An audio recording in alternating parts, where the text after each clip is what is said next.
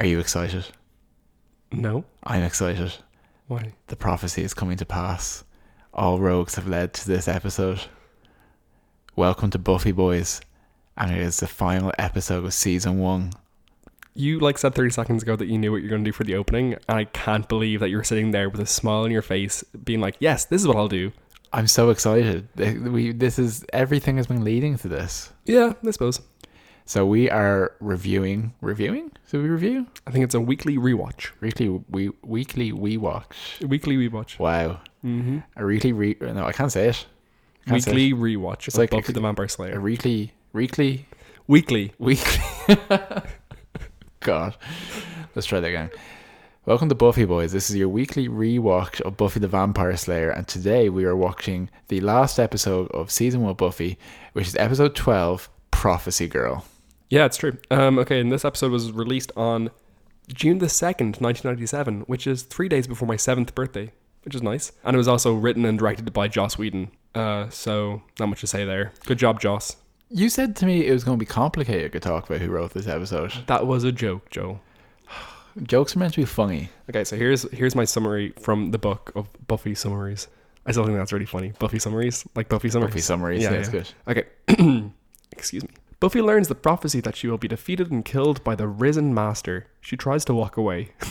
Xander asks her out and she rebuffs him. When she realizes that Giles plans to confront the master in her place, she knocks him out and goes and dies.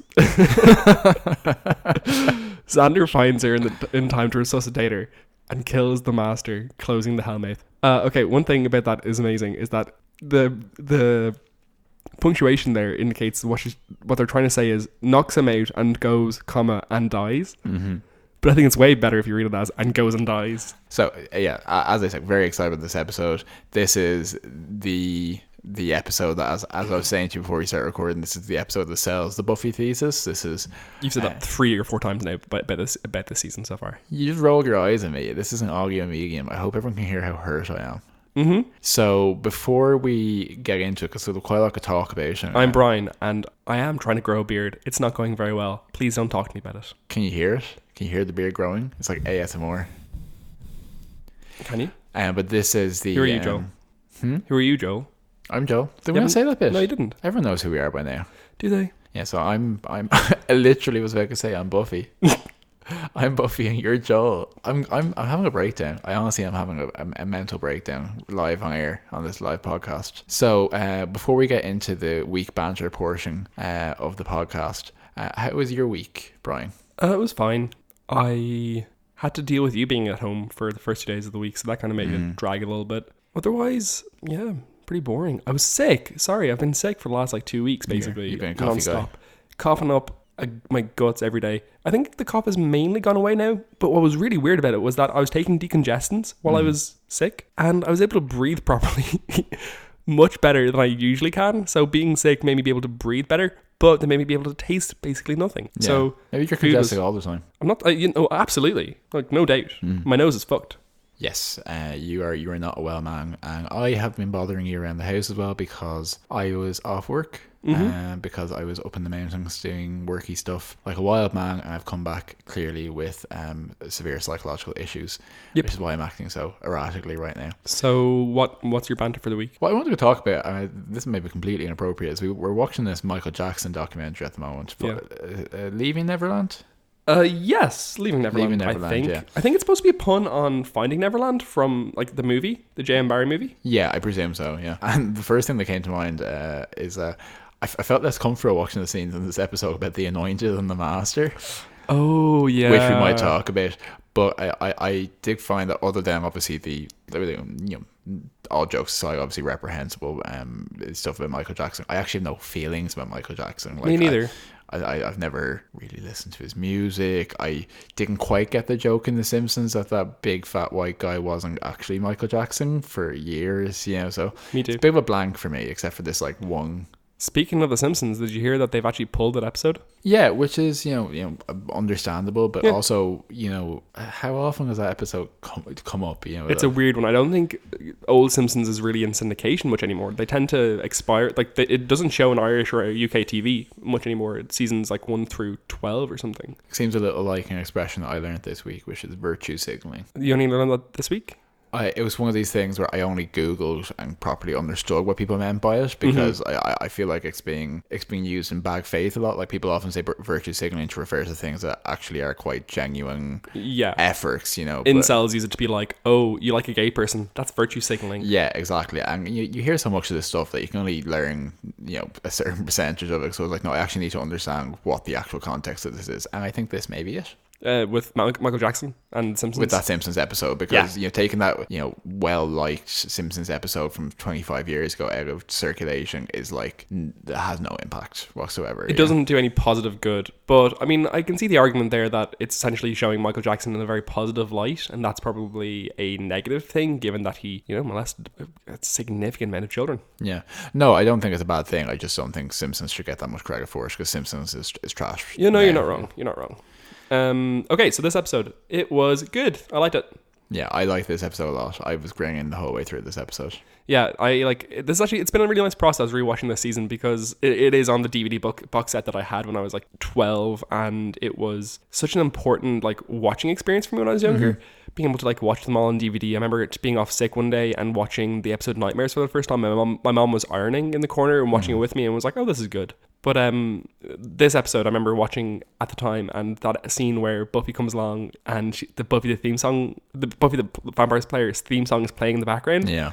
And being real like, yeah, this is so fucking cool. Just kick some ass. This is rad. Your ass gnarly. is grass. Yeah, exactly. Yeah, no, definitely. I don't know if I have any specific memories of watching this when I was younger. I obviously watched it at some point, but it works a lot better kind of watching the season in a row. You know, it really pulls it together for me. So it might be useful before we get into it specifically, because as we were kind of chatting about before we start recording, it's a very linear episode. Might be one of the main criticisms of it, because they have to, in 43 minutes, wrap up the season and potentially the show. You know, it's very straightforward. You know, as you summarize, kind of, you know, for the most part there, Giles gets a prophecy that says the Master will rise and the Slayer will die, and everyone runs around for a bit and is very stressed about this, trying to avoid it. And Giles and Angel try to do something about this, and Buffy has some kind of great realizations of like, you know, I'm 16, I don't want to die, and this is the culmination of everything. The anointed one, who is the annoying child, leads her into the Hellmouth, where she fights the Master and, spoilers, does in fact die. And then Xander resuscitates her. When she comes back, she has incredible post-mortem vampire killing powers, essentially, but from the spirit, from the heart. She kills him, and then they all go and party in the bronze. That's really what happens in the episode. Yeah, no, that's all accurate. Well done, Joel. What I liked about this episode, it was two things. One is that it's more than two things, but one is that it's a really good wrapping up of the season thematically. But also it's actually quite emblematic of the show. It feels like a bit of a synecdochal image of the whole show. Am I using that right, synecdochal? Now you're going to have to explain that one to me. This is important. When a part represents the whole. This is an important lesson, folks. Even when you are a big old English lit person, you very often have to say, I have no fucking idea what you're talking about. Synecdoche is like where a part is the whole and the whole is a part. Anyway, is Synecdoche not actually a place in New York? No, that's a different place in New York, but it sounds a lot like Synecdoche. Oh, okay. It's like I'm not sure what it is. It's a film about it, right? Yeah, Synecdoche, New York. It's an incredible film. Okay. Yeah. One of the last... Sorry, it wasn't. It was between that and Tree of Life. It was going to be on Roger Ebert's last ever top 10 movies of all time list. And I think Tree of Life actually got on in the end, which I'd agree with. I think Tree of Life sorry, go ahead. I think it's incredible. Go on. I was just saying, Roger Ebert is the one who passed away, right? Yeah. He did. I watched a documentary about him over your shoulder, and it was harrowing. No, it wasn't harrowing. It was really life-affirming. He just looked scary because his entire lower jaw was removed because of cancer. Yeah, the only bits I got in passing were about how debilitated he became. So. Yeah, that's fair enough. So the part represents the whole. So this season is all about like thematically, it's about Buffy integrating her different issues and her different fears and growing up. So the whole transition there between life and death and all those things, it very much indicates Buffy's movement from childhood to adulthood. Themes which I thought actually are really heavily reflected in the end of season 5, where Buffy has all that like strife about trying to decide, if she can do this, that she can decide to die. Yeah, which is actually quite upsetting. And also then dying obviously being a thing that happens in season 5 again. Yeah, so I suppose that's something important to mention for people who maybe haven't watched Buffy in a while. One of the core foundational struts of the Buffy mythology for the whole show is she does die here. Mm-hmm. She comes back to life. She dies again at the end of season 5, and her 2 deaths are kind of really thematic kind of turning points for the show. There was when I was doing the research for the episode, which is what I call reading the Buffy Wikipedia, there was a suggestion that she died a third time. And when was that? Oh yeah, when she gets shot by that awful incel in season 6. Wicklow, no, Warren. And she flatlines just before Willow takes the bullet out of her and brings her back. That objectively, you could say that was the third time that she dies. Yeah, sure. But yeah, it's actually interesting that your perspective on it was very much. I think this is very much the difference between how you and I interact with this kind of material. You see it very much from the personal, her development from childhood to adulthood. And I saw this very much from the genre approach, that she is the final girl who breaks the trope of both the horror genre and also kind of the patriarchal tropes. And from that, and it's 2 sides of the same coin. Absolutely, I was going to say they're absolutely the same thing. Intertwined, you know what I mean? But they're 2 different ways of like presenting it, which I think is interesting. So one of the things I read a lot about when I was reading around this episode was that this episode is written as a series finale. And that's how Joss Whedon approached every episode at the end of a season, because they didn't have another season booked at any point while actually writing the episodes. Yeah. So season 1, 2, 3, 4, 5 are all have the season finales written as series finales. Really? Series 5, it's really clear. Yeah. Series 3, you can absolutely see it. Season 6, however, they actually did have season 7 booked or confirmed, ordered, a series ordered. They'd ordered it by that point. So season 6, that's not the case for there. They didn't write it as such, and you can kind of see how that's the case. I'm trying to judge as we do these episodes how much people listening remember Buffy. It's a difficult one to judge. Yeah. But very briefly, I would say season 1, obviously this, season 2, Spiking Angel, season 3, The Mayor, season 4, Adam, and the Initiative, season 5, Glory, Buffy Dies, season 6, Dark Willow, and season 7. Season 6 is the 3/Dark Willow. The 3, but like who do you remember? Do you know what I mean? And season 7 is the first and the end of the world, essentially. Yeah, those are the big bads of the seasons. Who's your favourite? Who's my favourite big bad? Yeah, I have a really specific one. God, I want to say something really wanky, but like I like them all for different reasons, which isn't true. Maybe Angel. Okay. But if I kind of went with my gut, where when people ask me what my favorite film is, I say Evil Dead 3: Army of Darkness. I think it's probably The Mayor. Yeah, I know you like The Mayor so much. Like The Mayor, like I know that whole thing it's so like he's great. It's pulpy. It's something really pulpy about all. But it brings out great things in the characters. My favorite is undoubtedly Glory. Really? Yeah. I'm terrified of her. I always thought Glory was a little weak. I don't know why. But I think I might have mentioned this to you before, and you totally understandably will have likely forgotten. But Glory as a character in some ways is a villain I lifted specifically to put into our Dungeons and Dragons campaign. Oh, I can see that. Yeah, because there's a line where the Watchers Council talk about Glory, where Buffy's like, whoever she is, a demon, a monster, an old one, we can fight her. Just tell us what she is. And the Watchers Council says she's not a demon, she's a god. And Buffy's like, oh fuck, basically. And that's something that we do in D&D. So I did find some of that kind of spooky. Yeah. Yeah. At some point, someone's gonna listen to all of your D&D episodes or campaigns. And they're going to be like, here is exactly where Joel lifted every single tiny bit of this from, because you haven't had an original thought in your fucking life. Yeah, it's like, particularly in D&D, it's not a question of where I lifted from it's who's going to figure it out first. Yeah. There's someone out there who could put it all together. Yep. Yeah, I mean, where do you start with this? Okay, here's one. Is Buffy dead there? Yes. Apparently she does actually die, but she has to, because the Slayer's called. Yeah, but I mean, do you actually die if you drown partially and then are resuscitated? I don't consider resuscitation to be bringing back to life. I suppose the argument here is that her heart stopped, but they don't know if it did.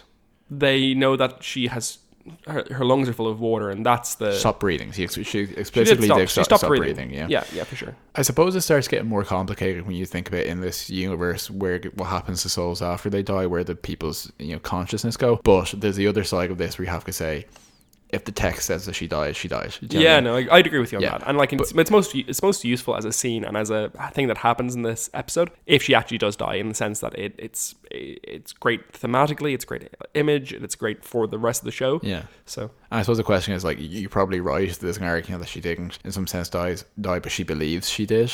And Yes. that in a sense, like, I don't. She lets go. Yeah, I don't know. Like, I don't actually believe that anything mystical happened when she, because again and again we see that they're like Giles very much portrays in this episode that the prophecy from the Perigeum Codex is irrefutable. In the same way that he presented earlier in the seasons that vampires are monsters, and that's irrefutable. So I don't actually believe that the prophecy is necessarily a true thing, and later episodes often dispute that concept, but the problem is they treated it as such.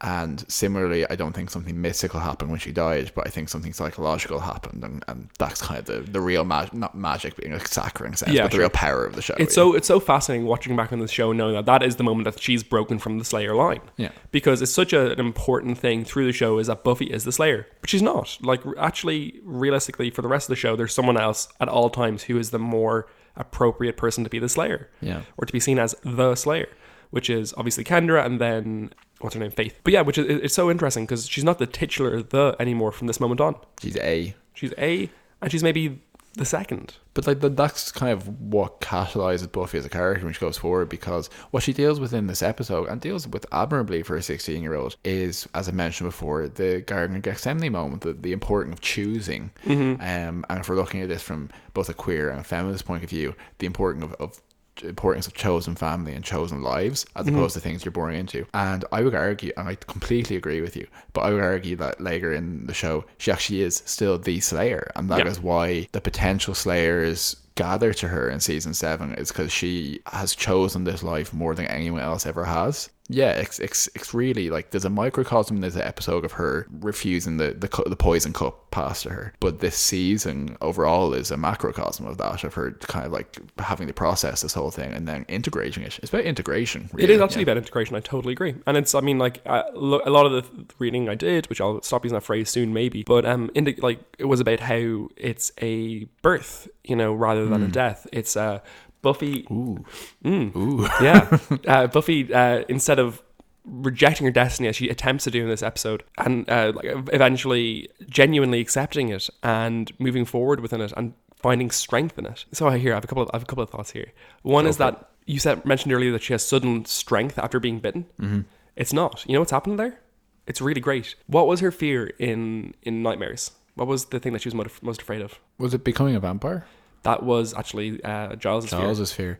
Oh, I really should remember this. I'm blanking on this at the moment. She nightmares the Master back to up above the surface. She does. What she's most afraid of is the Master, and having to face what he represents, which is like intense old age and decrepitness and this dark underworld, sexual aggression, hypnosis, mesmer control, all these things. So fucking disgustingly rapey. That textually, like I'd agree. Yeah, and you know what's the worst thing about her? It's, again, he doesn't use her for sustenance. He uses her for pleasure. Yeah, he bites her and discards her into the water. Yeah, because even in that moment, I was thinking, like, as would a vampire not just drain her, particularly Slayer blood, which is meant to be an aphrodisiac or an elixir. But no, it's a power play. It's disrespectful. It is. With that moment, she has faced her fear, her like deepest, darkest fear that her nightmares are about, and she's lighter walking away from it. She's faced her fear. She's died, and she's still powerful as all fuck.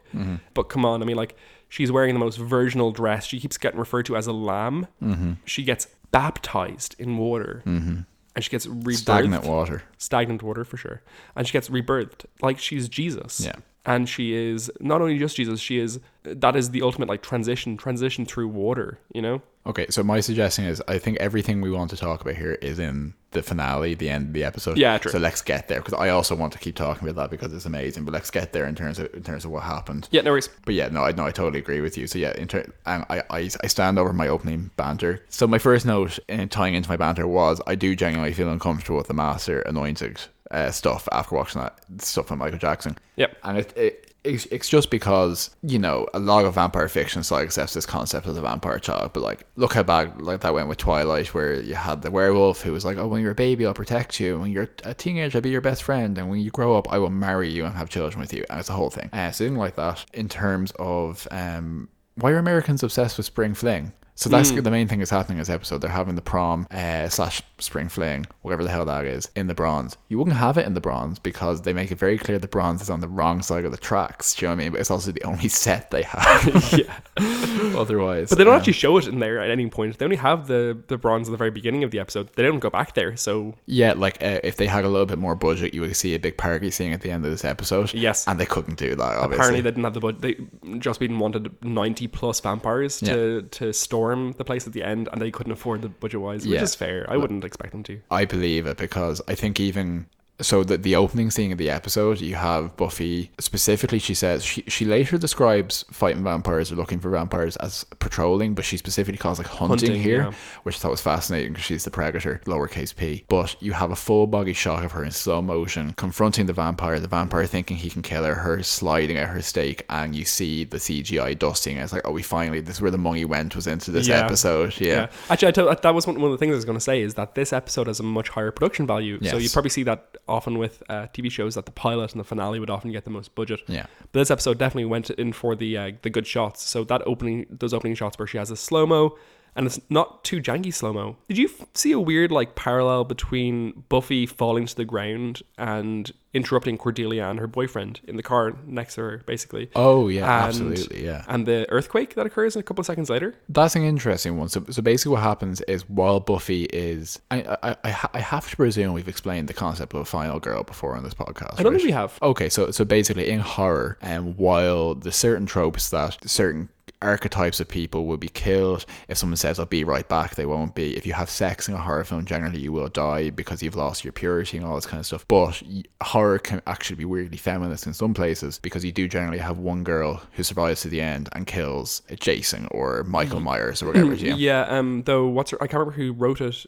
I was going to say Betty Friedan, but she's actually a completely different style of feminist. But this writer, whose name I should remember, she wrote a text called A Monstrous Feminine, suggests that the final girl ultimately can only kill the monster by becoming more masculine. So you see Ripley shaving off her hair as she goes on in the Alien series, or taking on like construction approaches, whereas the first Alien, she becomes more feminine to deal with the alien. She does. She outsmarts it, which is great. Yeah. But often it's the taking up upon yourself the phallus, which is usually the knife, or the chainsaw, or the stake, and killing the monster that way. Whereas Buffy never does that. Buffy consistently maintains her femininity. Maintains her femininity in a really wonderful way, and doesn't give agency. She doesn't allow herself to be defined by the thing she's fighting. No, I agree. Yeah. Like the final girl can be problematic for sure. It can be done well or not done well. But for our listeners, the basic concept is the girl who gets to the end and someone's hurt, all that kind of stuff. So the opening scene, we have Buffy being the final girl out there fighting the vampire, while juxtaposed just next door you have Cordelia as your traditional prom queen, necking and making out with some guy in the back of a car. And there's two sides of the same horror coin. And it's what Buffy's protecting. Yes, she's out there in the night so other people can have the things that she has essentially been denying, and that's a real theme here. But as you said, it's a good point that I didn't think of. When this has come to a frisson, to a head, and there's an actual earthquake that shatters, the school and the library, and that's the coming at the end. It's the collision of all these themes is where the power is being generated. So I also saw that as being essentially not a call to action, but a unifying moment. So you often see in texts that to make sure that especially like super oh god, what you call it again? So I can't remember what it's called, but that kind of Crash 2005 style movie of like hyperlinking kind of thing, you'd often find a moment that unifies all the characters. A really great one is Magnolia, when they all experience the frogs raining down. And this is that for them. You see everyone experiencing the earthquake, the Master and everyone else. The Master has a great line where he says, where he's like, yes, I feel it. Can you feel the destructive power of the earthquake, or some shit like that? I don't know. And then he's like, turns to the Anointed and in a very very calm voice says, what do you reckon, a 5.1? Yeah. And apparently, so one of the things I was reading was someone commenting on this, whose name is Mark Field, who I crib from a lot actually, said that he's lived in the greater LA area, and apparently that is the conversation the next morning after an earthquake is, oh, what do you reckon it was? A 2.4? Yeah, I think that's a really good example of, as we said before, the Master kind of having some access to this colloquialism. Yeah. But the inverse of that is where he actually loses his cool at the end of the episode and isn't trendy anymore. Yeah. Is when she kills him. Yeah, and it specifically comes after he becomes his most old world self when he's doing his thrall, where he has to dip back into that really classic vampire trope. Thrall is a great word. I'm really happy you used it there. Yeah. Where he slips back into that hypnotic thrall and uses very like old world language to be like, come here and let me feed on your throat. Very Dracula-esque. And she quips back, and yeah, it's an ultimate denial of his way of being, I suppose. No, definitely. And now I suppose in terms of how we get there, yeah, because we are going to have to go back to the beginning of this episode at some point. It's like this episode happens all at once because it's a single moment stretched out over 45 okay, so minutes. here's a couple of things we should hit first. Xander getting rejected by Buffy. Let's talk about that. Yeah, like we say there isn't a B plot, but the B plot for this episode of me is very much like that Xander asks Buffy out and she turns him down. Yeah, it was awful. I hated it. I'm of two minds for this because I know we like to rag on poor Alexander Harris on this podcast. I have to ask whether Xander as a character does actually have some usefulness in the season. There's an arc here of him, having some kind of relationship with her, and he asks her out, and she's actually quite nice about how she lets him down. He is very realistic. Yeah, obviously an asshole about it. He then immediately treats Willow like a second like a runner up, being like, "Oh, we'll just hang out then," and she's like, "No." Yeah. Which is again, you know what? Actually, no. You know what Xander is? I realize I take it all back. Xander's a foil. Xander is the man there for them to be like, no, don't do those man things. Do better things. Yeah. Yeah, because Willow's moment where he's like, oh, I have a great idea. We'll go to the dance together, just you and me. It'll be a great time out. And she's like, no. And she's like, yeah, great. So we'll do blah, blah, blah. Yeah. And he's like, wait, you said no?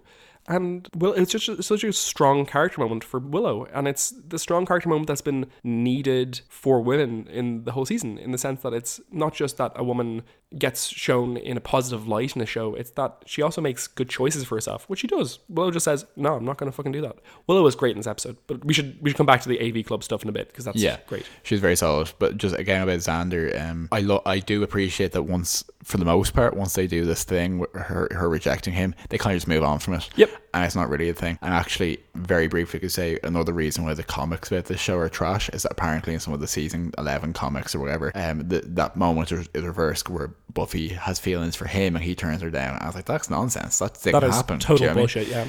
This is after he goes out with Dawn then, is it?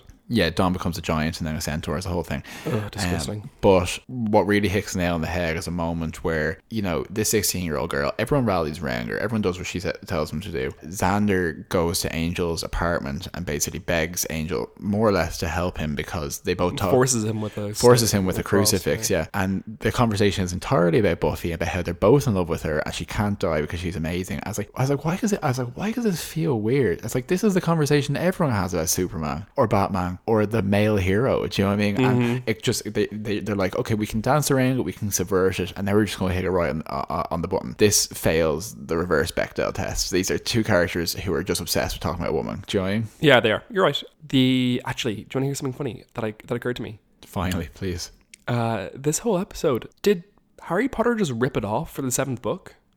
It's a good point. I will be honest, I have so vague recollections of the 7th book. So Voldemort basically is prophesied that one of them they have to kill each other. One of them has to kill one of the others. That part I remember. Yeah, and Voldemort kills Harry, but not good enough. Yeah. And Harry comes back and beats him because of that. And that kind of trade of prophecy to kill, or the Master's prophecy to kill Buffy, and actually that is his own downfall because of that, and the same thing happens in Harry Potter. It's a good point because it seems like it should be an obvious trope, but I actually can't think of a lot of examples of it. Yeah, no, but at the same time, it couldn't possibly be that J.K. Rowling would rip something off. So.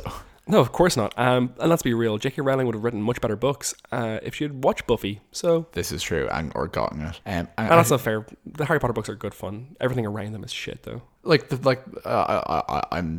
no longer a Harry Potter zealot, but I do think the earlier books are better, and then it gets overwrought. Like a lot of series that run on maybe longer than they needed to. That 7th book was just not fucking good. Yeah. You have a formula. Stay in the school anyway. Yeah.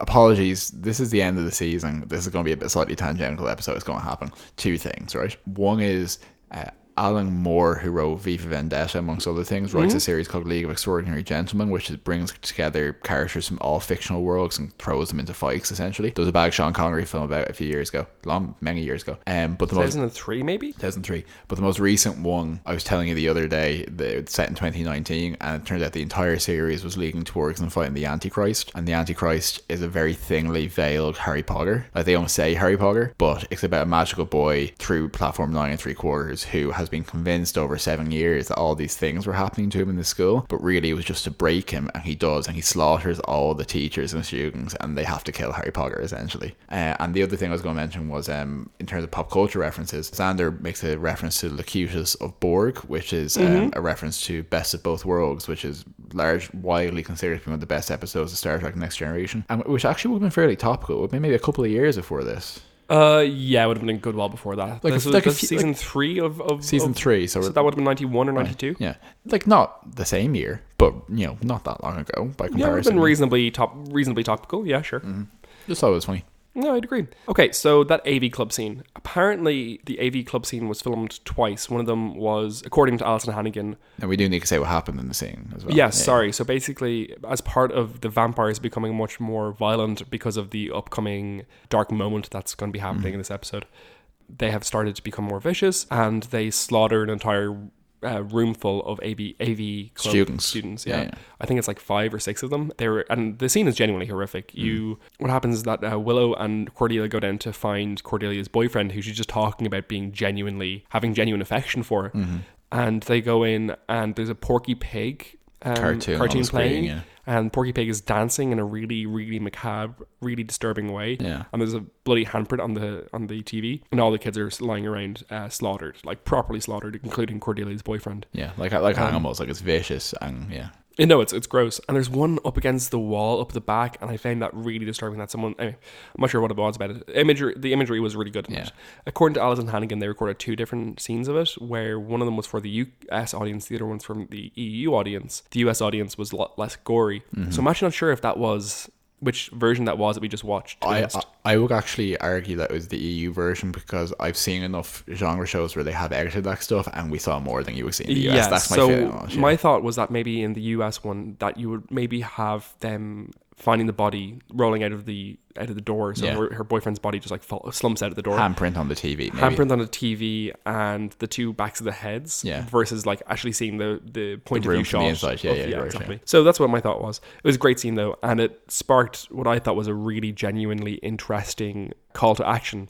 So this is actually what motivates Buffy to take back her quitting of being the Vampire Slayer, which she does in this episode. She quits. She tells Giles and Angel that she no longer wants to be the Vampire Slayer because she was going to die if she does it. And that's a great scene. We'll come back to that in a minute. I have to. So we do have to come out to that. Yeah. Willow then tells Buffy all about this, and she has some really genuinely heartbreaking moments when she's talking about this. I will say I'm 100% of the opinion that Willow and Alison Hannigan are completely undersold or underrepresented in this season. She should have been in more, because let's see, I'll find the quote here. "I'm not okay. I knew those guys. I went to that room every day, and when I walked in there, it wasn't our world anymore. They made it theirs, and they had fun." It's great. Amazing. Great line. Delivered brilliantly. And she had that like 1,000-mile stare as well. Like, it was very convincing. And like, this is from the same girl who, like, earlier in the episode, she was like, "It's the computer age. Nerds are in. They're still in, right?" Yeah, it was excellent. It's a hairpin turn in acting, and it's very convincing, because what this episode tries to drive back to us is that they are teenagers. They're children, essentially. Like, they're adolescents. It really wants to remind us of that vulnerability, and I think it does it really well. I totally agree. That scene was great, and that is what motivates Buffy to like not give up anymore. She says, "I'm going to take care of it," essentially, and she tells Willow not to go out tonight. And that's Buffy.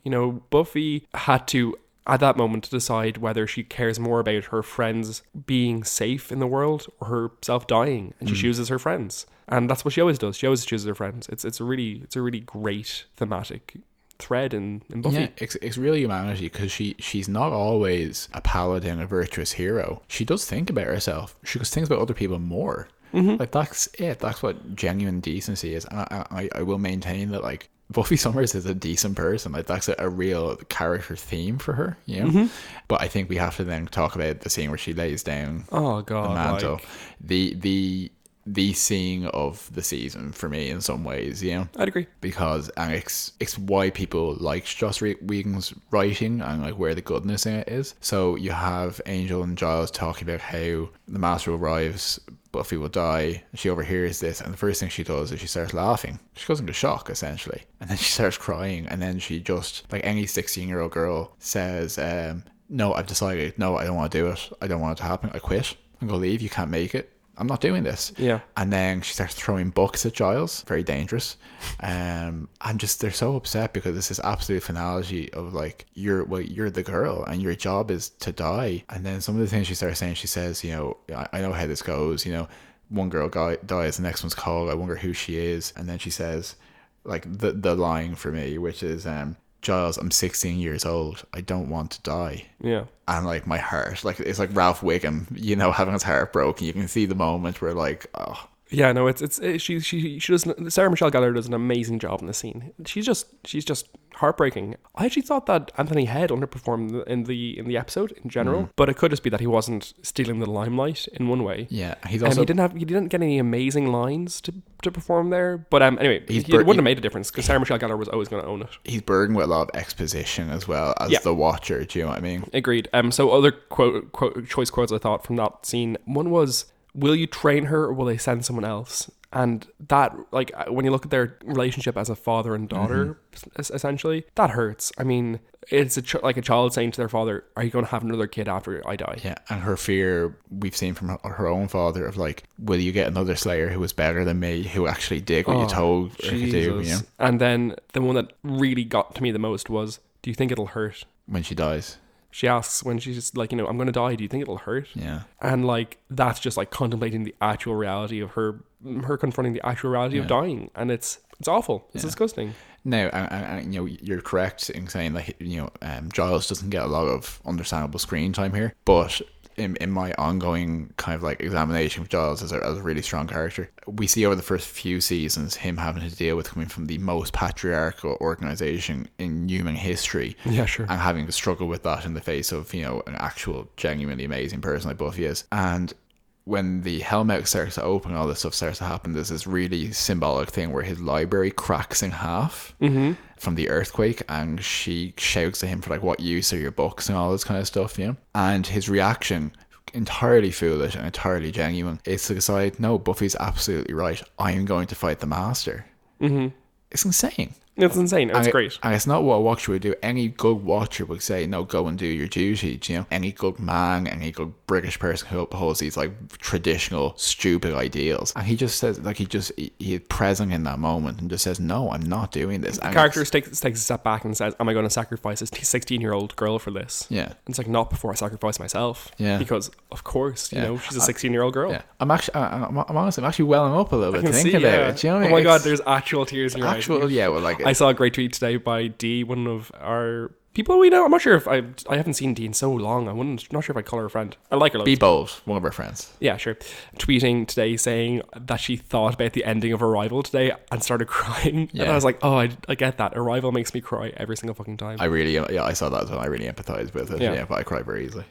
Yeah, me too. I think we're going to have to keep this like reasonably short unless we're going to have a really crazy fucking long episode. So one other scene before we kind of get back to discussing the finality of the whole thing. Yeah, there really are only two scenes in it, to be honest. Yeah, but the Joyce scene is one I thought was really okay, great. Tell me about it. So Joyce saying that, you know, oh, I went to the dance by myself and it was awful until I met your father. That was a really nice little moment, I thought, because, well, Joyce buys Buffy a really beautiful dress, which is great. Who doesn't love a beautiful dress? Well, I don't like beautiful dresses that much, to be honest. You don't have the hips for it. I don't. More importantly, it really does bring back the idea that Buffy hasn't broken this family. That there was genuine love there. That this wasn't just an accident or a weird thing that happened. It's reaffirming this thing that life happens. Life finds a way. Yeah, of course. Why did they say that as William Shatner? Because I couldn't remember what Jeff Goldblum sounded like. It's real stuttery. It's like life finds a way. You know. Let's go with that. Yeah, but I thought it was a really nice scene, and why don't I remember her name ever? Buffy, thank you. No, what's her name? Joyce. Yeah, the actress. Kristen Sutherland. Is it Kristen? Kirsten or Kristen? We also don't know if it's Kirsten or Kristen Bell, and we really like Kirsten or Kristen Bell. So Yeah, that's true. One second. I'm going to talk about It's Catherine Sutherfield, is it? No, it's not Catherine. I'm going to talk about something while you're doing that. Go for it. Bag fashion. Angel wears a satin jacket. Willow wears a lot of children's clothes. Is she wearing a choker in the opening scene? She's wearing a choker that's made out of like sour balls, like candy. Christine Sutherland, by the way, and she was great. Was what I was saying. Was I close? Was I right? Yeah, Christine. Okay, let's go with that because it's her name. So yeah, the fashion, fashion bashing. The bag fashion is relatively low on this, but I did notice that Xander did turn up to get rejected by Buffy wearing his brownest clothes, which is his brownest, most textured shirt. Yes, but that is what I said. Yeah. He looks like a burlap sack. Oh, he looks awful. But yeah. Oh, also, actually, you know what? Okay, one of the things that stuck with me about this episode over the years, since I was like 12, is when he says, "I'm going to go home and listen to country music." Yeah, the music of sadness, pain. Like, but that line really stuck with you. Yeah, clearly that line stuck with me for years, to the point that I went when I was 15. I read a list of like great country albums, and the number one was Nick Drake, who I absolutely adore. But I remember buying it and being like, "Oh my god, am I even allowed to listen to this? This is the music of pain." And it was a fucking music of pain. Fucking poor Nick Drake. I miss him so much. Well, he's been dead for a long time, but I'm sad that he's dead. Reminds me of a time where at some point when I was a kid, I got an album of the top 40 skater hits because I had no musical taste whatsoever. And my mom sat in the bedroom with our old Discman or whatever and listened to every single song to censor it to see if it was explicit or not. My parents tried to do that with me once, and that just taught me that I had to stop telling them about the music I was listening to. We were two very different kinds of child. Yeah, I mean, I was like sitting up at night listening to explicit music and watching Pulp Fiction on repeat at the age of 14, which, I mean, come on. And now you're like this. Exactly. The one they did that with was The Darkness, Permission to Land. Okay. And they were like, "Brian, there's a song about him doing heroin in his eyeballs. You're not listening to this." Jesus Christ. And there is, yeah. I wouldn't listen to that now. No, yeah. Okay. I wouldn't either because it's not that good. Fair. Sorry, Jenny. Let's move into the finale. Mm-hmm. The denouement. The apocalypse. We've already said everything we need to say about it. So we can there's loads more to say. First apocalypse of the show. It is the first. Yeah, it's the first apocalypse. First time they treat it as, they had the naivete to treat this as the apocalypse. Mm-hmm. Yeah. So fundamentally, the anointed one, who is the child who is prophesied to lead her into darkness, and we look back at that character and we say he didn't really do much in the season. But looking at the episode now, I actually think that's the point, because the prophecy that Giles quotes says that basically she's meant to be tricked by the child. She won't know what he's a vampire, and she'll fall for that, and that'll be her downfall, and be led into darkness, etc., down into the Hellmouth. But what she actually does is when she confronts it and turns and faces her destiny, she goes outside and the anointed one is there, and he does his whole act of being a helpless child, and she's like, "No, it's okay. I know who you are. I know what you are. Let's do this." And takes his hand and walks with him, and he kind of has no more role after that. And I actually think that's like a deliberate subversion to a certain degree. Yeah, agreed. So from my perspective, what he represents is endless childhood, which is what Buffy is rejecting in this episode. Yeah, that's smart. Sounds convincing. I like it. It does, yeah. And yeah, so the confrontation at the end, very fundamentally. Oh, remember we saw that kid did an AMA on Reddit recently? He did, but the Anointed one continues in the season too. So when we have an episode that's sparse on actual stuff, I'll pull out that AMA and we'll talk about it. So she goes down into the Hellmouth. She confronts the Master. She does her level best. She uses her crossbow, which is her go-to for big bosses. It really is. But he overpowers her, drinks from her with her Slayer strength, busks out of hell. She drowns in a pool. Xander and Angel find her. Xander resuscitates her using CPR, which is a point that I always found really memorable for some reason. I don't know why. Something Me too. Xander was up, and then she comes back, kind of revivified, goes and fights him on the roof of the school, kicks his ass through the skylight, and stakes him on the broken library table that they've been using all season to research him, essentially. Chekhov's library table. And then they go to the bronze to party. That's kind of the crux of this season. It is, yeah. No, it's great. Did you notice that the monster that comes out of the Hellmouth monster, Hellmouth spawn, yes. Yeah, has 3 heads? No. Yeah, so 3 heads. What else has 3 heads and comes out of the hell? 3-headed goat. No, Cerberus. Yeah, that's true. And apparently that monster they made, they were planning on doing it in CGI. They didn't have the budget for it, so those are puppets, and there are people standing inside those tentacles. Amazing. I do love a bit of puppetry. Oh, me too. It lasts so much better. Yeah. This specifically, let's not overlook the fact that the Hellmouth is under the library the whole time. Great piece of writing. Oh, Amazing. yeah, no, I love it. So good. But the Hellmouth spawn specifically reminds me a lot of Evil Dead, when the Evil Dead is actually summoned forth through the portal and like Giles chopping out with a fire axe. Like, it's all very reminiscent of that, you know. I can see that. And like, it's kind of trashy, but you know, they sell it quite well, you know. I love that final group of best friends. It's the group that like gathers to fight the apocalypse. The end is Buffy, Willow, Xander, Giles, Angel, Cordelia, and Miss Calendar, who I don't think has been called Jenny yet, but Miss Calendar, sorry. But it's a great group. Every single person there is great in terms of this show. I love that Cordelia is there. It's such it's such an odd route for her to take from the beginning of the season. Brian, emergency. What? Alert, sound. We have to talk about Cordelia. Oh yeah, go on. It's klaxon. So Cordelia, over the space of 9 episodes, has learned how to drive, apparently. Yeah. They hide in the car that she was having sex in, which is also great symbolism. And Willow's like, we need to get to the library. And Cordelia's like, okay. And turns around and smashes through the front door of the school and drives to the library. It was such a great moment. And just everything about it is, it's just great. Like, it's so symbolic. I will point out, this is obviously no actual thematic link, but Cordelia and Angel, when she dies, is also driving somewhere. Oh, good point. Yeah, so there's some linkages there. But no, she's great. Her, you know, as that season 1 DVD booklet said, the redemption of Cordelia Chase, she has actually massively developed. I've seen that movie. It was about lesbians. It got 0 stars. No, I'm talking about the music education of Cameron Post, and that got loads of stars. It was quite good. Oh, we've been in to watch that. I watched it by myself. I'm sorry. Oh, Brian. You weren't going to watch it with me. The truest betrayal. I suggested it. Oh, you absolute Judas. I suggested it. You suggested it, but then I saw it separately on the list, forgot you suggested it, thought it was my own idea, presented it to you as my idea, and then when you wouldn't watch it, I watched it by myself. Yeah, the classic relationship, Bermuda's Triangle. Yeah, so I also have a note here that says Buffy dies, and that's great, because it is like the culmination of this, that what Buffy has to do is to go through the praxis, through the eye of dealing with this trope and being like, oh well, you know, tradition and the patriarchy and everything says that one won't have to do this, and then the Master not having the lateral thinking that she does for her to say, okay, so I die. And then what's next? What's next after that? She queers death, is what you're saying. Queers death. Buffy queers death. Getting that tattooed somewhere.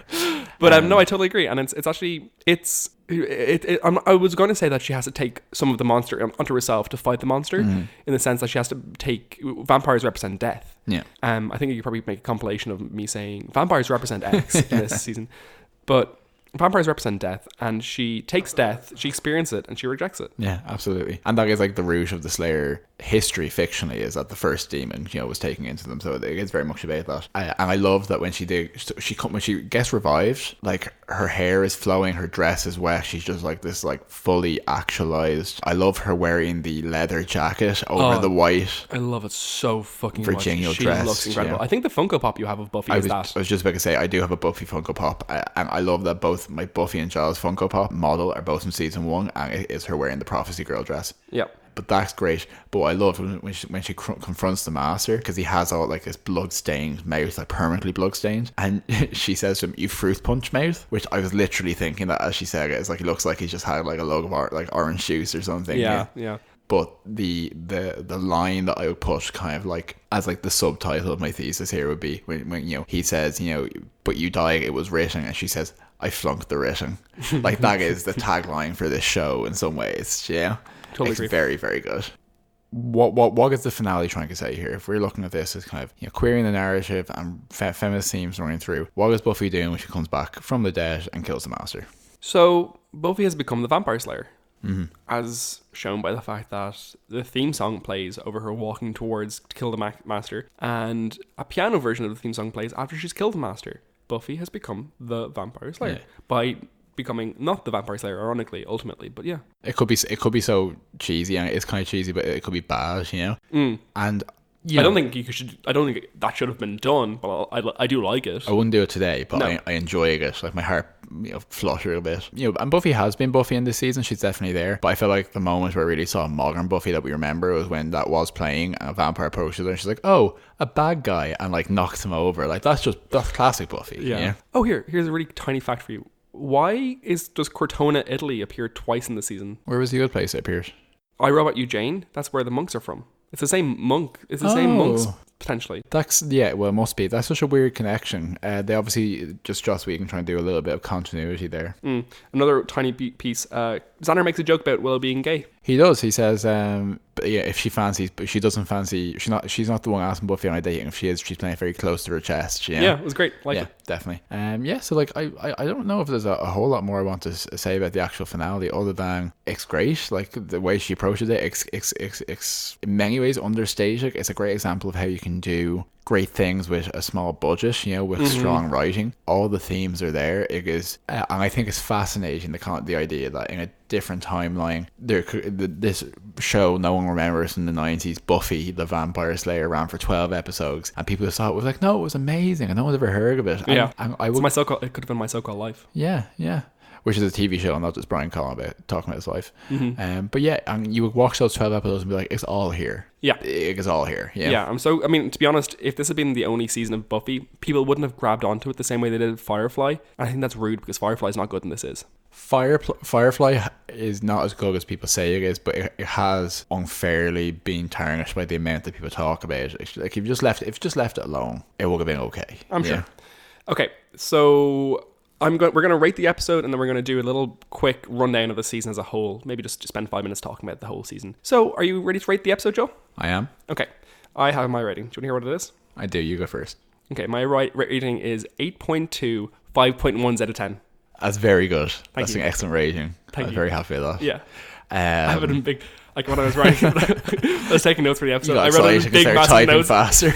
Big, massive notes. Big, massive, like, letters at the end of the episode. Or my notes is right. Or, yeah, it should be 5.1s out of 10. Go on. Yeah. Now, you're going to be annoyed with me, but I'm going to say this. It's 10 out of 10. No. 10 out of 10 chest compressions. It's not flawless, but it's perfect. It is the episode of Buffy the Vampire Slayer, and I was happy the whole way through. I was excited. I agree with that for sure. My blood was pumping. I was like, this is a show that is, to be honest, I thought, thank God I'm not wasting my life making this podcast. This is actually a show that's worth watching. Yeah, no, it's great. No, it was a great episode. 8.2 only because of the heights that this show gets to. Yeah, of course. But like, remember everyone was like kicking up about, was it Mario Galaxy that got 10 out of 10? Got loads of 10 out of 10 reviews. Yeah. Everyone's like, you can't give 10 out of 10 because it can't be perfect. It's like, but things have to be perfect to be 10 out of 10. Do you know what I mean? It just has to be like the best example of what it is. And I've watched a lot of trashy fantasy and sci-fi. There's no season finale like this early on in a show. It just doesn't happen. I totally agree. Okay. Well done, Buffy. Thank you for being a show and a friend. Yeah. Okay, so that's the end of Buffy Boys. That's the end of Buffy Boys. Thanks for sticking with us. Yeah. Okay, so here's a couple of things we want to do for the end of the season. What would you rate this season out of 10? Overall rating for the season? Oh, I have to give a funny word, don't I? No. Oh shit. I haven't thought about that.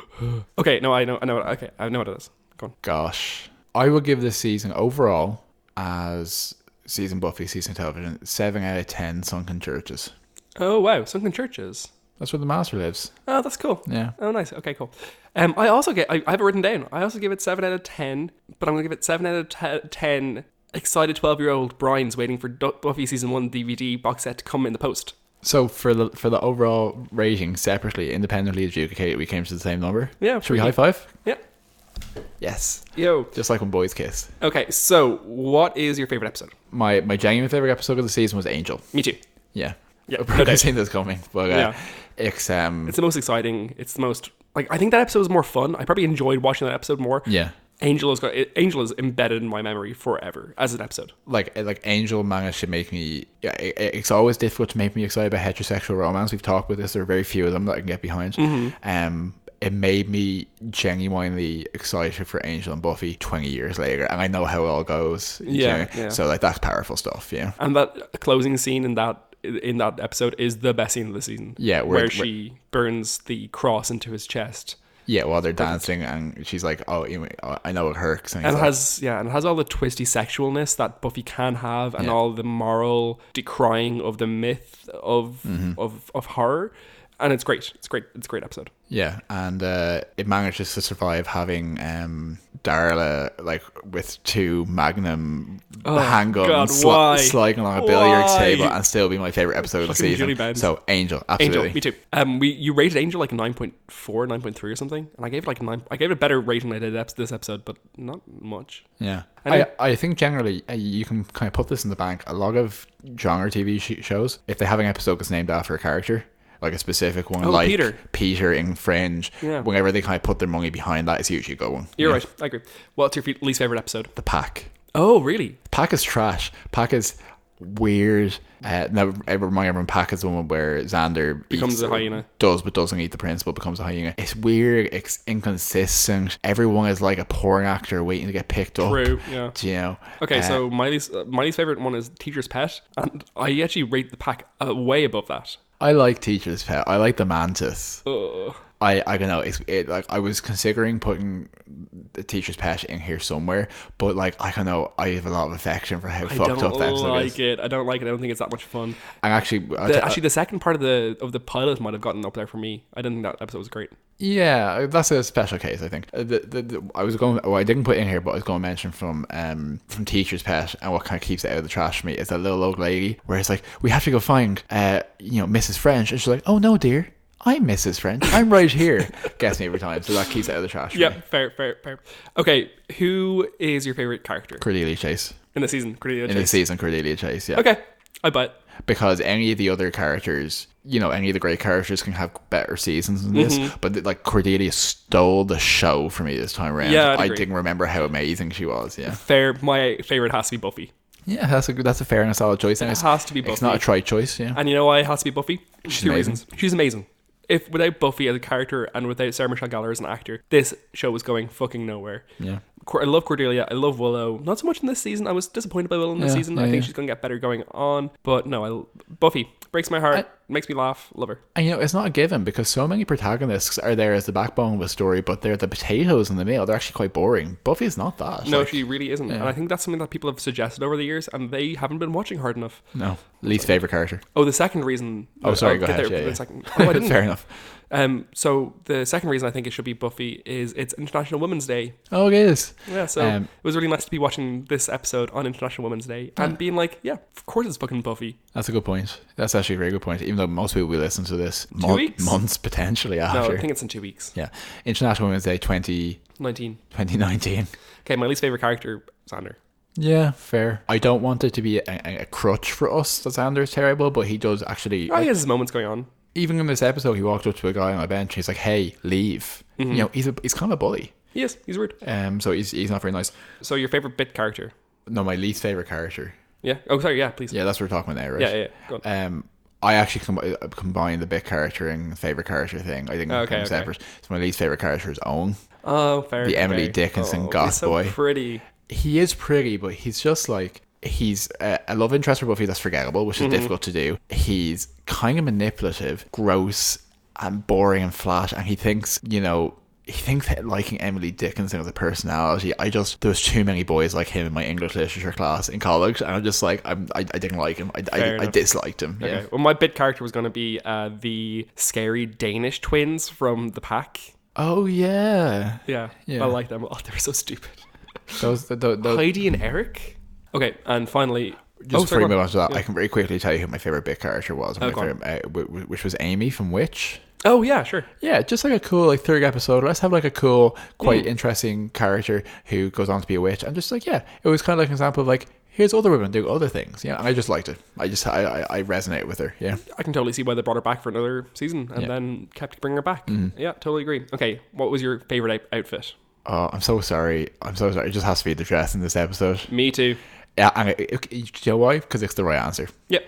Now, a close second is, which is basically the same outfit, which is Angel wearing his leather jacket and his white shirt that he wears. Jeez. And actually, good point, parallels there. But no, this is like her outfit is like, it's the show in a dress. Do you know what I mean? And a jacket. When she's wearing it with the leather jacket, it's absolutely. The perfect balance between that kind of that like powerful woman that she is and the delicacy that she has. Delicateness. Delicacy is a food. Go on. And the crossbow and Yeah. You know, like, and you can parallel that with the end of season 3, where she gets the umbrella while she's wearing the prom dress, and she's cast protector and all that kind of stuff. Oh yeah. But no, like I had an emotive reaction when it came on screen. I was like, oh yeah. Yeah, me too.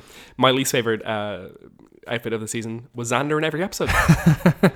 Every episode. He does look like a charity book sales collapsed on top of him. At one point, he wears a fluffy brown shirt over a t-shirt. I think that was disgusting, and he should be shot. Yeah, and we've seen a lot of American men do this, but he was a real villain for wearing like black t-shirts underneath shirts and stuff. Yeah. Ugh, gross. My least favorite outfit was the hacker guys in I, Robot You, Jane, with just kind of like the chains on their wallet and the Jenko jeans. Wait, you're not supposed to wear chains in your wallet? I like, that's not even funny. I know you don't do that. And just the long leather jacket and like the band t-shirt for like some fucking Time Lord rock or something. I don't know, whatever. It was just terrible. It was terrible stuff. Yeah, it reminded me of people who are on 4chan, which is not what I'm in this world to think about. Yeah. Okay. That's it. So we that's the season of Buffy Boys. That's done. It does help that this season was 12 episodes long. Yeah. I'm so excited for season 2. Season 2 is very good. I love season 2 of Buffy the Vampire Slayer. It is one of my favorite things in the world. So yeah, obviously we ran a little bit long there, but I'm happy to do it because I think there's a lot to talk about in this episode. It's the end of the season. Thanks for listening, guys. Thanks for listening. Oh, is it a genuine comment from Brian for the end of the season? No, thank you. We do know there are some people who are listening consistently, and we do appreciate that. And it actually is really nice to, like, a few people have said to us that they've decided to start listening to or watching Buffy again because they've listened to this, which is like the highest praise. Yeah. And it's been nice because people have been like, oh, we listened to it. It wasn't as bad as I thought. Yeah, which I consistently think is a great compliment to get because I totally know what they mean. You know? Yeah. I mean, the people say they're going to start a Buffy the Vampire Slayer podcast. You're like, and you have to sit there and say, that sounds like a good idea. So in terms of Oh, my sister started listening yesterday, actually. Aoife did. So thanks, Aoife. If you get this far, you won't have. But I'm sorry for lying to you yesterday when you said that the Buffy bye thing that we did in episode 1 was cringy, and I told you that we do it in every episode, and then you felt uncomfortable because we don't do it in every episode. So you're such a bully. Mm-hmm. But yeah, Eva, tell all your friends about it. Otherwise, that's kind of it. All I would really say is I won't be schmaltzy because that's what I always do. But thank you for listening. Come back next season, which we won't be having a break or anything. So like it'll be like next week. Tell your friends to listen. Yeah, do tell people, and tell people. That'd be great because we really enjoy doing it and we want to keep doing it. And it's a lot easier to keep going when you feel like people are listening. So and join our Patreon at patreon.com/Buffy Boys. Go fuck yourself. Buffy Boys was already taken, so okay, let's wrap it up there. Okay, I think there's something else I'm going to say. What was it? What were you going to say? I don't know. Oof. I got something I want to say. Yeah, go on. Before we finish this episode. Thank you, Brian. Oh, thanks, Joe. Because I don't know if we mentioned this before, this was Brian's idea, and like a lot of great things Brian's got me to do over the years, I said, that's a stupid idea. We're not going to do it. That'll never happen. And he twisted my arm, and it's been a lot of fun, so thank you. Yeah.